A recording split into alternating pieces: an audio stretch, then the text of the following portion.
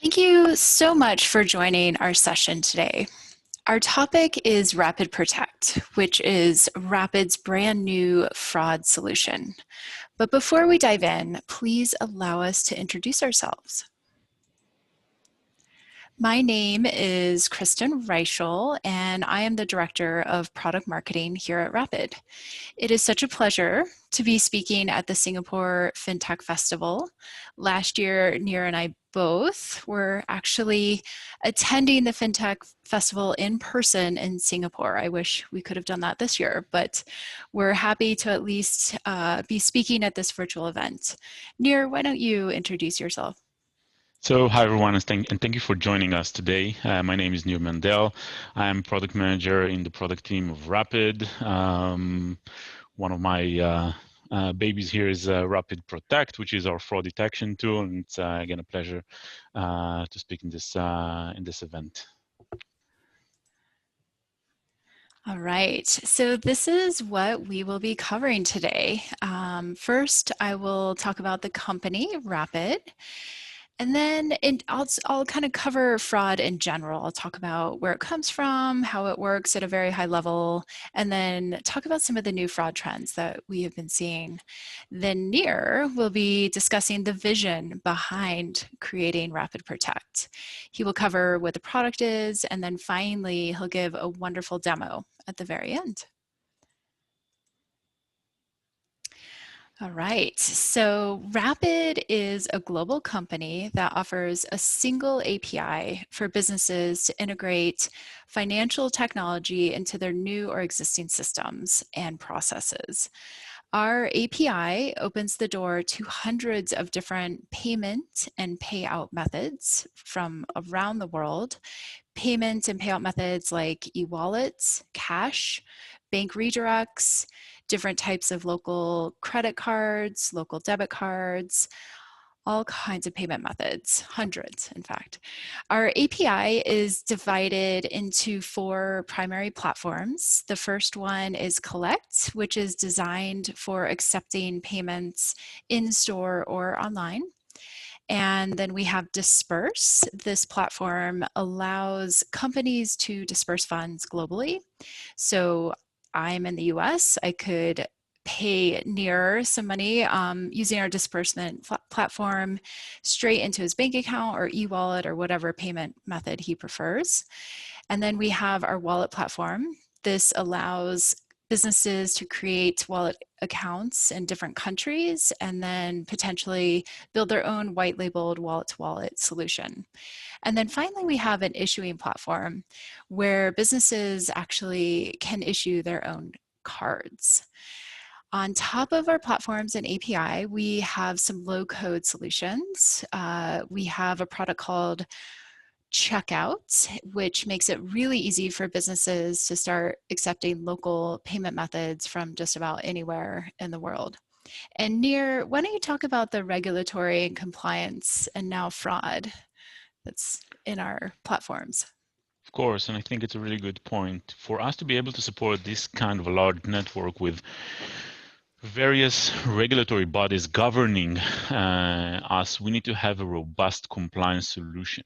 And our compliance is built or baked into the platform itself. So the moment we open a wallet or the moment a payment or a payout is created, a large set of controls are being activated to ensure that the activity is valid, there are no suspicious events involved in it. So the moment that a merchant of ours is using the capabilities of the network, he knows that everything will be fine. And this also allows us to make sure that the controlling bodies are happy and approve the network, and this allows us to expand. So the better our compliance processes are, the better way we can serve our clients and meet the regulatory bodies' requirements. Thank you, Nir. Okay, so now that you know a little bit about Rapyd, let's dive in and talk about fraud. So I just wanted to talk about the basic fraud life cycle. So very basic terms, but just to get everyone on the same page. So fraud typically starts with harvesting data using social engineering schemes like phishing, baiting, scareware, pretexting, all of which are very common and very effective. Phishing is probably the most popular, and I'm sure every single person in this session today has had the pleasure of reading some sort of phishing scam. So the next phase of the cycle is selling or buying data. Once fraudsters have collected data from their phishing or baiting schemes, they generally like to sell this data on places like the dark web. You can buy all kinds of things on the dark web, stolen credit cards, credentials, personal information, all kinds of things that can ultimately do some real damage. The next phase is using the data. Fraudsters can exploit systems and even take over accounts. So account takeovers supports downstream fraud, like draining bank accounts, which can help fund organized crime rings, launder money, or even simple things like applying for credit cards or personal loans, reselling personal data on third-party sites. And then finally, we have the attack. This is the last part of the fraud life cycle.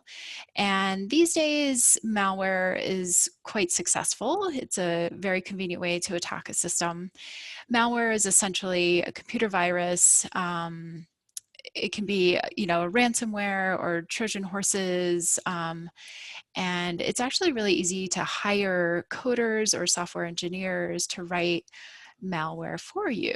So you can kind of use these little scripts to attack systems. So Nir, I'm curious, I know your fraud solution uses data as well to stop fraudsters. So maybe you could kind of share a little insight on the flip side of the fraud Right. lifecycle. Yeah, so we're not fraudsters, obviously, but we're all using the same kind of techniques, but for different ends. Let's talk about, if we talk about fraud, it's all about the story, how good the story is, how complete the story is. If you have bits of information, you might not be able to understand what actually is going on. And in order to understand that, we on one hand, we get some information, some of the monetary information, i.e. the transaction itself that passed through our network. And we also get some information about the session and some of the information that we can collect, as Kristin mentioned, through our hosted solutions, low-code capabilities, but that is not enough. We need to go out to open source databases, non-open source, other providers that can give us indication about the suspicious activity of phones, emails, devices, locations, about the IPs that the information came through, repeated activity. There are all sorts of information, some structured, some unstructured, that we can and gather and are gathering into the platform, into our algorithms, that helps us basically determine a risk. We're going to talk about it in a few more minutes, but data is king in this space. The more you have it, the more right data you have, the better chances for you to actually catch those suspicious activity without impacting your valid and approved transactions. Yes, data is king, isn't it? Yes. All right, so let's talk about some fraud trends. So fraud itself is constantly changing and evolving, and especially now, during this crazy year with COVID, there are more people committing fraud than ever before. And we have all seen a big rise in different kinds of fraud, like promotional abuse, gift card abuse. It's been around a long time, but we're seeing a huge spike in gift card abuse, wire transaction fraud. The travel industry, even though it's suffering, they're actually seeing a lot of fraud activity with fraudsters trying to monetize unused reward points. So we all have those, flyer miles. Fraudsters are actually trying to get a hold of those. So And now a new trend that we've seen, obviously, is as all of us buy more goods online, we're seeing a lot of return fraud. So making a purchase online, sending the box back without the merchandise, getting the refund. So you have the merchandise and the refund. So we've seen a huge spike there. And then also people buying online and picking up in store. It's pretty hard for someone to show up to pick up groceries and someone asks for their identification. So it's definitely increased, with this new behavior with COVID. So as I just said, there's many forms of fraud, and this slide just captures a small portion of the impact of fraud. On the top left, we can see that card fraud alone is expected to reach $37 billion in the next 5 years. And just below that, we can see that payment fraud has really successfully moved online. In the US, we were kind of slow to introduce EMV cards, but once we did, we saw a huge shift to card not present fraud. And then in the middle, we can see that, so there were 4.1 billion compromised records exposed last year. So even though this was last year, as Nir just shared with us, data can be pieced together, and fraudsters are just very clever. They have their own algorithms. And so even though maybe it's just one single piece of data, they can piece it all together to create a complete picture and eventually take over, identities and have account takeovers. So just below the 4.1 billion number, we can see that 20% of all fraud cases were identity fraud. So again, identity fraud can be just a new credit card account or a personal loan or a car loan or a car lease, mobile phone account, that sort of thing. That's counted as identity theft. And then on the top right, this is a very relevant number for where we are, where the world is today. So because of COVID, we have a lot of customers, myself included, Nir included, we're all making purchases online that normally I would have made in person. Basic daily purchases, groceries, dinner, common household goods.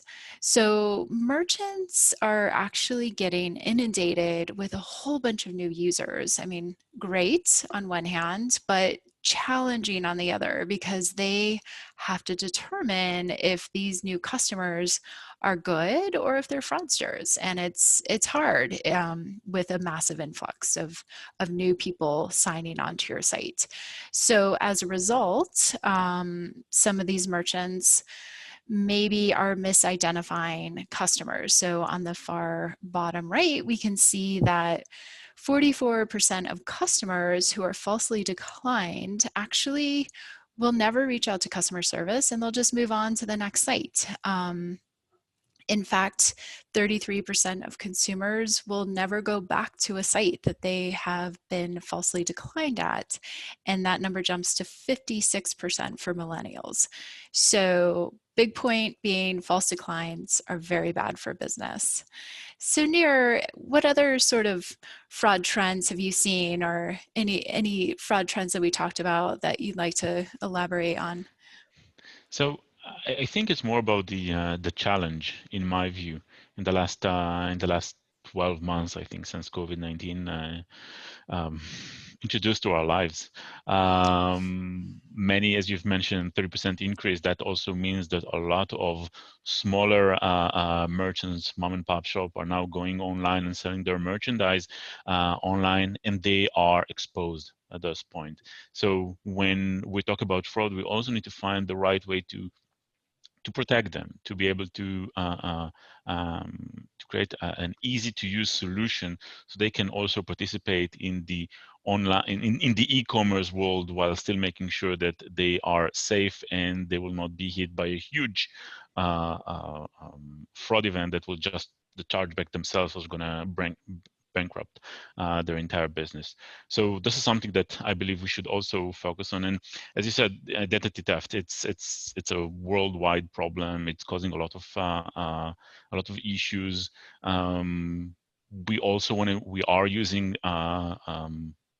identity verification solution as part of our step-up processes to try and reduce that risk. And in order to do this in a smart way, we're only activating them when we believe that the risk element is it's quite high, and we believe that this is something that can help mitigate the fear of or the risk of fraud. So this is something that is baked in because of into the Rapyd network, because of our compliance capabilities and our fraud management. We can marry the two together and ensure that the risk is relatively low and the experience is quite sufficient, quite high. It's a perfect segue for this next part of our presentation. So as Nir just mentioned, it's really hard to manage all of this fraud. From even an established big marketplace, or whether you're just selling T-shirts online for the first time. It's a hard balance between keeping customers happy, having a low friction experience, or on the opposite end, creating a high friction experience and pushing customers away from your business or falsely declining them. So a lot of big companies have a budget for fraud losses. To them, it's simply the cost of doing business. And for other businesses, like Nir just mentioned, it can bankrupt them. So maybe, for smaller businesses, they want to turn up their fraud controls, and losing customers is not necessarily a nice result of that, but it's better than going bankrupt. So this balance is very challenging, and that's exactly why we created Rapyd Protect. So Nir, why don't you talk about the vision behind the product Right. and why we created this great new solution? So the world is a scary place, not to frighten anybody. But if we go to the next slide, basically Rapyd Protect is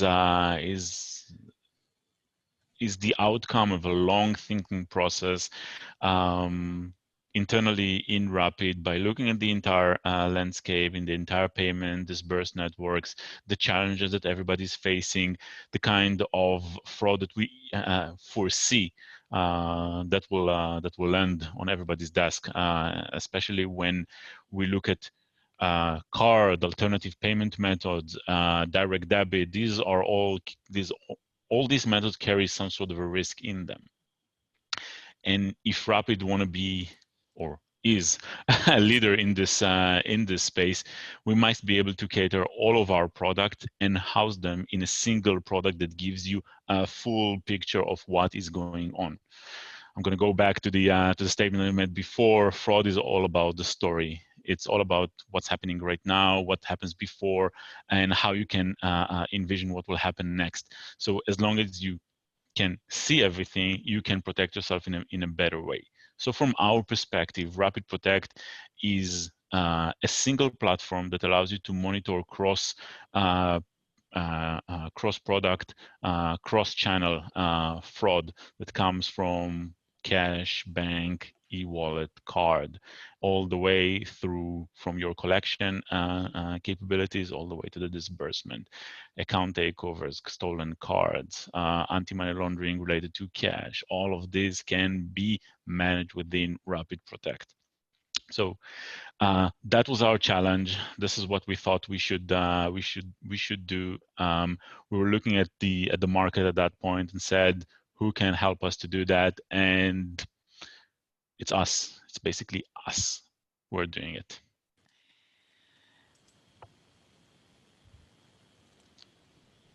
So some of the stuff I mentioned before, we have different payment method, different channels, and I think this slide outlines all of them. You can see how we can, again, theoretically collect from card and then disperse it through a bank. We must be able to manage this flow of activities. If Rapyd has also the capability to issue cards, so we need to have controls about the card that we are issuing to monitor for fraud.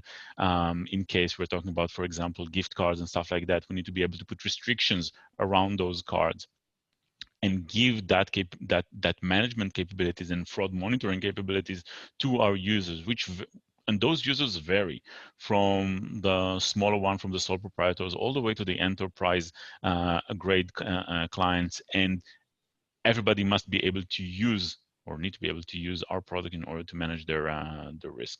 So the risk is everywhere, and it must be controlled. And this is relatively unique, right, Nair, to provide fraud protection for all these different kinds of payment methods, right? That's absolutely right. I think what you will see when you'll do a quick Google search about fraud, all the card solutions will pop out. And that makes a lot of sense because this is what we have been experiencing in the last few years. So there's no uniqueness about it, right? It's there, we can use them. But the world is changing. Card is not the only payment method that is out there, and it really depends on the country that you operate in. And for us to be able to cater everybody, we need to handle all the exposure. Think about a merchant in the US selling his goods in the Philippines. The Philippines have different payment method over there. He's still exposed to fraud, but we help him mitigate it because of our knowledge in this space, in this payment method types, in the schemes that are happening in this particular country. It's all basically baked into the solution. So I think in a way, some of this has been covered. As you can see, I'm a bit passionate about this stuff. We really want to know about Rapyd Protect. Yes, but let's go over these items because I think that also makes Sting a bit more structured. So it helps explain, yeah. Absolutely. From a fraud protection, from a fraud monitoring protection, what you can find is that there are different methodologies of doing that. And we're talking about all the way from the crazy stuff, machine learning, AI, throw all the right buzzwords in the next few seconds, all the way to the simple stuff, the ad hoc rule, the statistical analysis, modeling, and stuff like that, which you need to have in your solution. So we allow our clients to write rules. We allow our clients to rely on our AI modeling. We allow very basic, simple rules like velocity, which you'll be surprised, but take care of a lot of the risk. So we have that into in the system. The other advantage of Rapyd Protect is it's a fully integrated solution. So you don't need to do anything beyond connecting to the Rapyd standard API or using our low-code solution like our host solution, our Rapyd checkout platform. You create the payment, don't need to worry about connecting to your fraud detection engine. It's just there. And that's great for smaller merchants, right? I mean, there's absolutely no additional coding, so time saver. Yeah. Exactly. Absolutely. And it's easy to use, right? So you can trigger your 3D secure, you can check your bins, you can put things in restricted list, you can look at your blocked activity and you can see your rules, and it's there, and it's been designed to be easy for our users, because we don't want them to spend time on thinking about a lot about fraud, and more focusing on their business.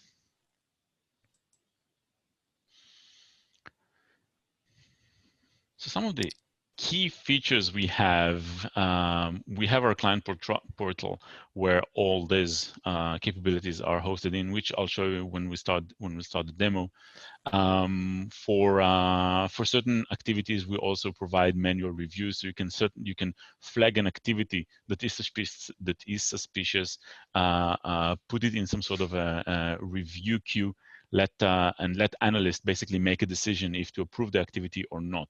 Our machine learning capabilities, this is a model that we're training based on the different method type that we have. We have one for payout, another one for payment, something specific for card collection, another one for issuing, which we're training based on the information that we gather and the kind of classification our clients that are using the product are making.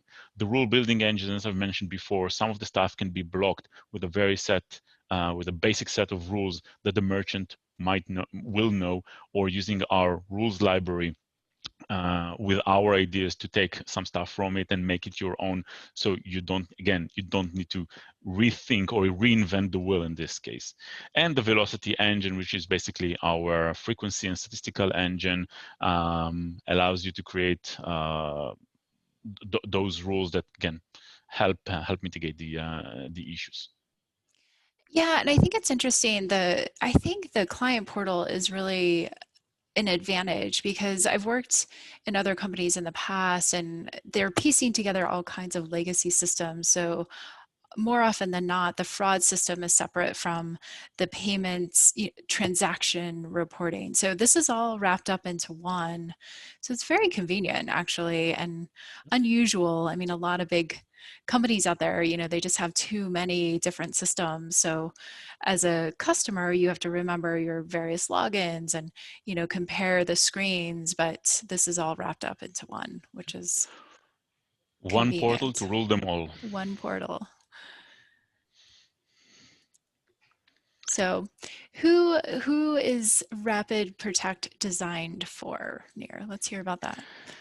So it's actually designed for you and I, and anyone who is basically going online or want to use our network, all the way from the chief risk officer in a large organization with different risk factors that they need to monitor, and to the small and medium-sized business owners who are selling something simple, either through a marketplace or by his own e-com platform.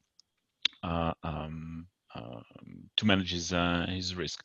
We can use team of fraud managers, again, if it comes down to a large organization, to triage and manage those in review payments or blocked.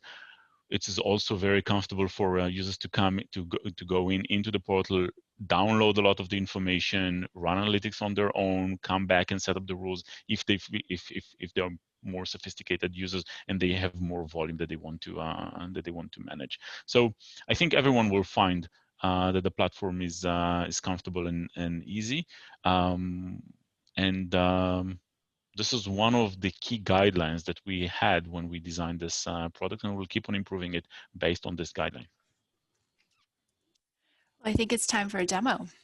Yes, let's have a quick demo of the platform. So I'm gonna share my screen now. Here we go. So I hope you can see my screen. Welcome to Rapyd Client Portal, the portal that rules everything. I'll just give you a quick review. This is obviously our starting page. Over here on the left, you can see the main menu. You can see your collection activity over here. You can manage your refund, your escrow accounts, mass invoices, distribution, how you can send money through the different payment methods that we have.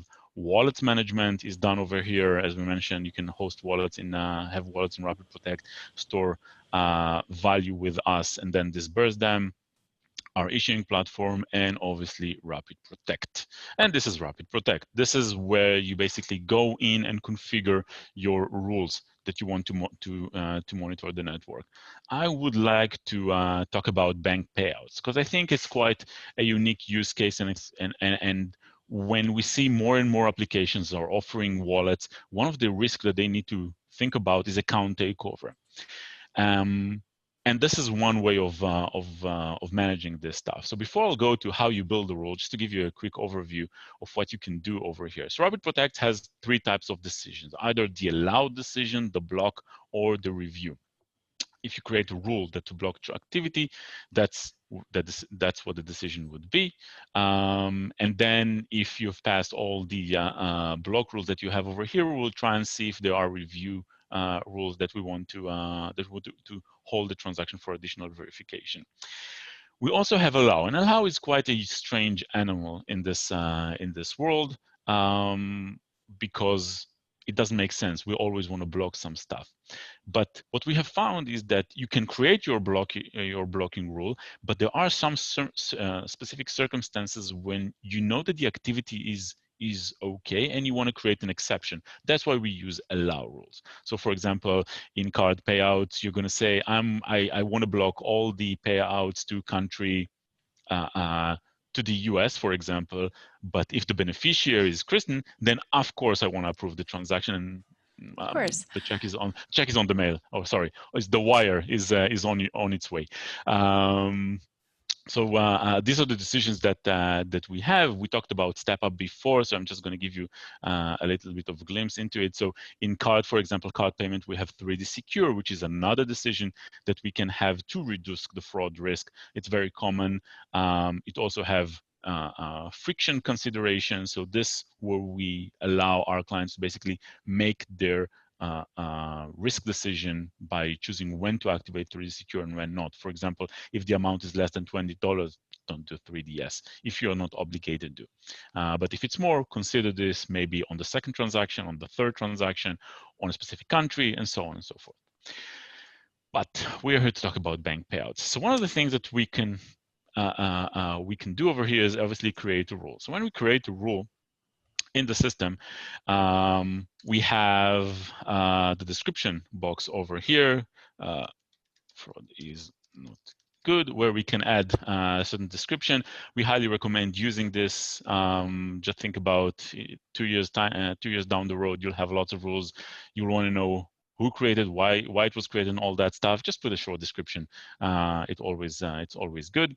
And now you can go into the art of building the rule. So for example, I'm going to say if the transaction amount in USD, to make it easier, is greater than $500, then I want to block the activity. I can create the rule by clicking on this button, or I can save the rule in a draft mode, which basically allows me to keep working on this rule until I feel comfortable with it, and then I'm going to activate it. Since the system is operating in a real-time mode, the moment you create the rule and enable it, that's it. Now the activity is monitored, and if something bad happens, we can block it. But to make it a bit more interesting, I'm going to talk about what we call beneficiary. So let's think about the use case here. We have a payout being generated from one of our e-wallets, okay, where we store funds in. The payout is going to a beneficiary. So what I want to be able to do is basically to say this: if the beneficiary relationship is less than 10 days. So the first time basically a beneficiary was added to the wallet and we're trying to do a payment to a beneficiary, and the amount USD is greater than $100, I want to block the activity. So think account takeover will actually happen when you steal someone else's credential, log in, add a new beneficiary bank account usually, and then you move the funds to your to the fraudster bank account. This will actually prevent that. So by creating the rule, I'm going to enable it, and here it is. So this is how it will look like. You have this little comment over here.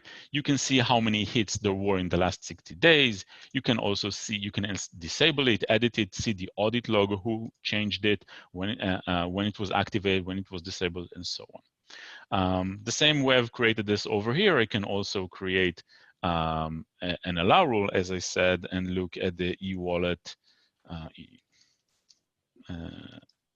Let's say entity full name, and say if it contains the string near, then good luck. I'm bypassing the system. Okay, so this is how you can create rule and manage your controls in Protect. In addition to that, you also have additional few menus over here. One of them is the lists menu, where there are some pre-canned rules that you can just, instead of writing your own, you can use this. For example, if you want to block certain beneficiary bank country, or if you want to block certain cards, you can just update this list over here and be done with it. So what happens next? So if I've created a rule in this case that put payments or payouts in block situation. Sorry, that the payouts are blocked, you will see them in our quarantine manager. Nothing to do with COVID. It was invented before COVID was in our life. Nice name But here. Nice yeah, name. but it's it matches the time. So you can click on the quarantine item over here. I think it's because my screen is a little bit. So you can click on the item over here, and basically it will show you the reasoning behind the failure. So you can kind of drill down into the Exactly, details. exactly. Yeah. And if you decide to have if you decide to have an activity under review, you can also see it over here. In here, with the moment you click on it, you will have the ability to release the payment or the payout. It's fully audited, so the moment it was released, you can see it again in our collect or disperse areas in here with a full audit trail. What was the score? Some information about the transaction itself, the IP, the device, if it was released because of it was part of the approved list or not, and additional information that can help you then manage the platform. And that is it. That's great. That is It's it. simple. Yeah. So Me, since we're yeah. looking at the client portal, I'm curious, Nir. So we talked a lot about fraud. Obviously, that's really the focus of your product. But can you use Rapyd Protect beyond fraud? Right. So it's a very good question, and you can. And now I'm talking toward the people who are defined as financial institutions, have a certain money license in certain countries that are governed by a regulatory body, where we talk about money laundering. So I know those two areas goes hand in hand together, but there are some schemes that are more applicable for money laundering, like structuring or flow-through accounts, and this are a variation of the rules we have over here. So you will find that the system is also relevant for certain rules related to money laundering, and that's why one of the users that should be able to use the system is the risk officer / the compliance manager. That's great. That's very good. So another question for you, and then maybe I'll share my screen, is how are we supporting chargebacks at this point? So chargebacks is well, there are several aspects of chargebacks. There's the chargeback management, which is happening through our client portal. So you can see see the chargeback and be able to react to it. But the other thing is that it feeds back into the Rapyd Protect machine learning and analytics. So you can take these signals and then use them. If, for example, in the last 24 hours or in the last several days, there have been several chargebacks on the same card, we're going to increase the score, or we're going to put that, you can put this activity to block this activity. So it's all being fed back into the system, and this is also something to say about the early warning signs that in case we're getting them from either the network Visa and MasterCard. In ACH, for example, we also get those reports in and feeding them into the net to the solution. So you're basically getting the advantage of these feeds coming in. That's terrific. And then last question for you, and then we'll wrap up here. I'm kind of curious. You've been working very hard on this product, but what are some of the new capabilities that you're working on right now beyond Yeah. what we saw today? So I'll talk about two of them. The first one is our e-wallet capabilities. So as we said, we want to be able to tie all this information into one place. And one of the key features that we have is our e-wallet. Everything is almost surrounding that entity. So we are enhancing the kinds of controls you can build on top of the e-wallet, additional smart capabilities that and smart capabilities, aka the machine learning algorithm, a machine learning algorithm that basically monitors the wallet and produce a much more accurate score. That's one thing. And the other thing that we are investing in is the simulation feature. I'm sure everybody who wrote a fraud rule said, should I turn this on? Shouldn't I turn this on? How many friction will it create? And then you shy away from making the change. And we don't want to be in that position. We want to encourage people to interact with the system. So we want you to be able to build a rule. And based on previous experience, last 60 days, last X number of attributes, you can basically simulate and say, if I would activate this rule, what would I see? And then it tells you, you would see, we would have scanned this number of transactions, this is the number of hit that you would see, and it's fully audited, and then you can make a decision: should you activate it or shouldn't you? So I think it's a very powerful capability, which we're going to introduce in the next few weeks. Yep. That's great. Yeah, it's incredibly powerful because I think that's the hardest part about rules is you don't want to write a rule that overwrites another rule that overwrites another rule. So to be able to simulate the rule first is incredibly powerful and unique, actually. So Nir, thank you so much for the demo today. Thank you for the great presentation about Rapyd Protect. I'm really excited about this product. And just one last note, you can sign up for a Rapyd account for free. The link is displayed on our screens. So you can actually create your account and start sort of investigating our various solutions and even play around with Rapyd Protect. So we encourage you to do that. So thank you again for letting us present at the Singapore Fintech Festival. And Nir, thank you so much. Really appreciate your presentation today. Thank you so much, everybody. And hopefully next time we can see you in person. Yes. Yeah. Yes, we will. Those vaccinations are coming. So. Yes. And fast. Yes. All right. Take care and have a great time. Thanks. Thank you, everybody. Bye-bye.